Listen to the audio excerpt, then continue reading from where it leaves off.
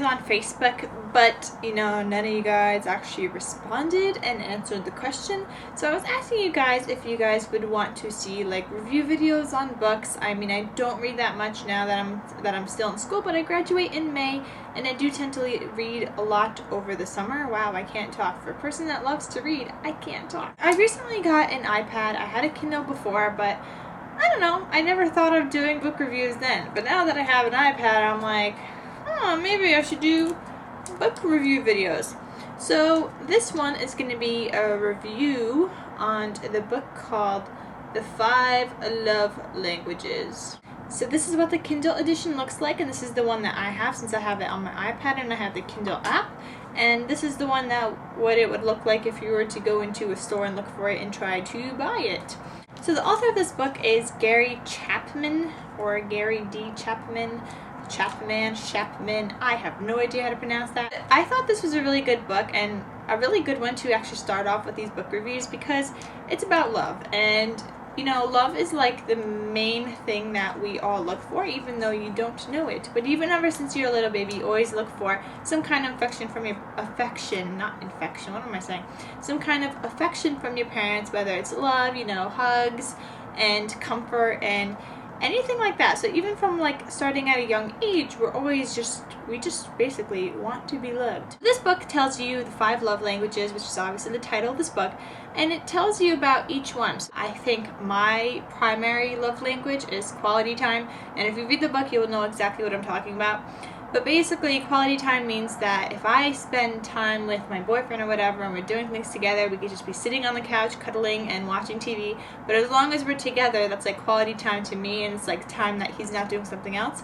So to me, that like shows me that he loves me, because he could be just watching Monsters Inc. with me or something like that. And to me, that's him showing me he loves me. But each person has a different kind of primary love language.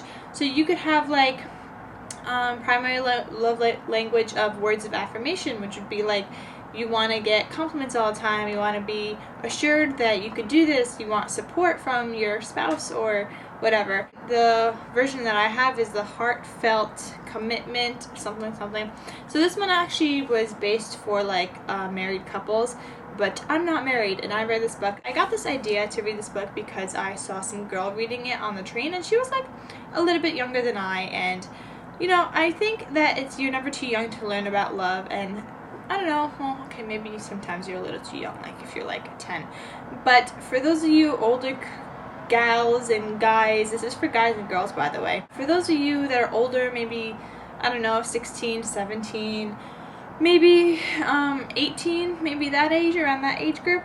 I'm 21, and I really enjoyed this book because I felt like I sort of had like an insight into kind of a guy's head. Like, I thought it was really good. Yeah, I just wanted to talk about that. I guess this is not much of a review, but I thought the book was really good. I gave it 5 stars when I reviewed it on here.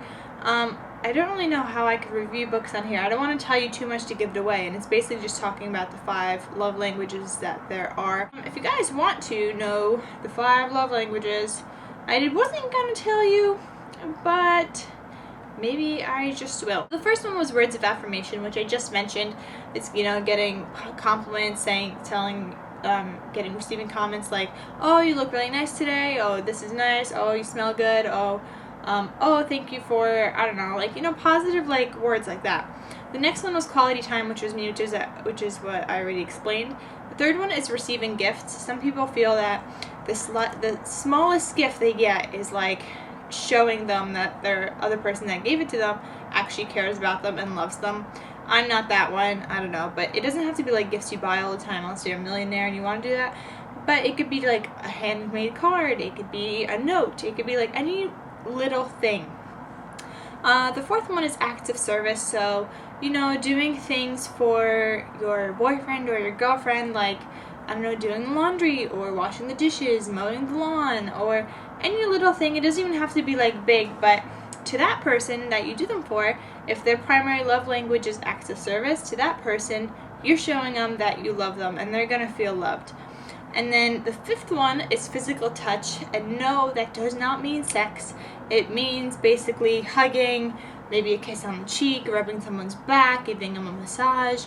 It does not mean sex. I mean, I guess sex could be a part of it, but that's not what it exactly means. 5 love languages, if that person is in one of those, well, that person is going to be in one of those primary love languages. Some people are bilingual, so they have like 2 primary love languages, but if those needs aren't filled, which is also why like a lot of people get a divorce and everything, if those needs aren't filled, the other person's not going to feel loved, because I mean, you may feel like you're giving them love by doing things that you think they like, but that's not always the case. Their primary love language kind of is with them from when they're really young, so it's kind of what they've seen or what they haven't had when they were younger, and that's what they want in somebody else. So they will, like, let's say when you were younger you didn't receive gifts, so your way of showing your boyfriend or girlfriend that you love them was to always like shower them with gifts. But the other person, you know, they'll thank you and whatever, but they're not going to be like feel loved because of it if that's not their primary love language. That's your primary love language, and sometimes people express their own primary love language by doing what they think is like showing love to the other person. Do you get what I mean? That's why a lot of people get divorces now, because most couples do not speak the same love language, as to say. And most couples also don't learn how to speak the other person's love language. So it's kind of something that, you know, if you read this book, you should talk to your boyfriend or girlfriend or husband or wife or whatever it may be. You should talk to them about this and try to discover what their love language is. And basically, when you fulfill their needs of whatever language they speak, their love tank will be full and they'll be happy and they'll feel loved and everything. So doing things that are not necessarily what they think is showing or expressing love is not going to help, and that eventually can lead to divorce, because people are just like, oh, you don't love me. Like, sometimes maybe you may want somebody to do something for you. So like, let's say your primary love language is acts of service. Like, you may want somebody to do the dishes for you, and you're always like, if you say it just once and the person doesn't do it, then you start nagging them, and that person is going to start like hating you later on because you're always nagging them to do dishes, and they're not going to do them.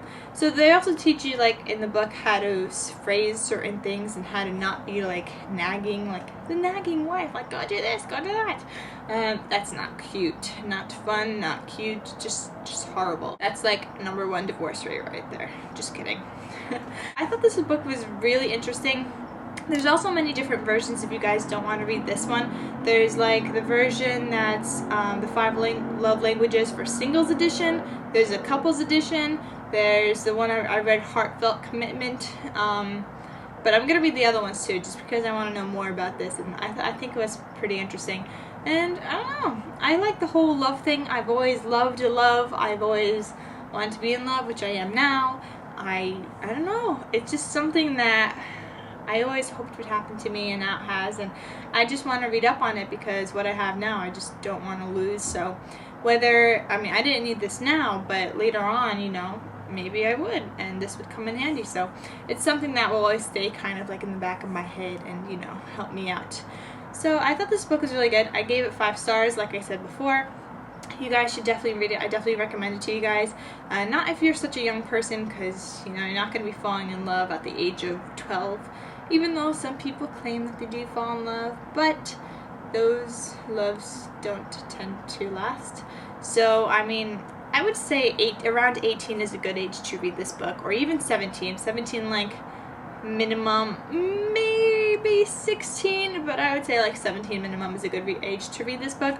I mean, there's no like graphic stuff in here, but like most of you are probably not falling in love anytime before that, even though you probably think you are, but you're probably not, and you'll discover that later on you weren't in love. But if you are, oh, then I'm happy for you, and I'm so glad you're in love and found the other person and your other match and whatever, and I hope it works out. I guess just let me know if you guys like these book review videos. I will be reading a lot of books. I'm already on this other book right now, but I don't know if that one should have a review up until I finish the trilogy, because it's 3 books, so I don't know if I should have a review, if I should do one by one, but that doesn't really make sense. So I don't know, let me know what you guys think. Let me know if I should continue these book review videos, and even if you say no, I might just do it anyway, because I'm kind of having fun talking about it. Like, I don't know, I thought this was a really good book, so Yeah, I mean, I try to listen to you guys though and try to see what you guys think and your opinions and advice and stuff. But since nobody actually responded to my Facebook page, that was kind of sad. So this is just in a video now. Alright guys, so I will talk to you later. I hope you enjoyed this video and take care because I care. I love you. Bye, lovey cakes.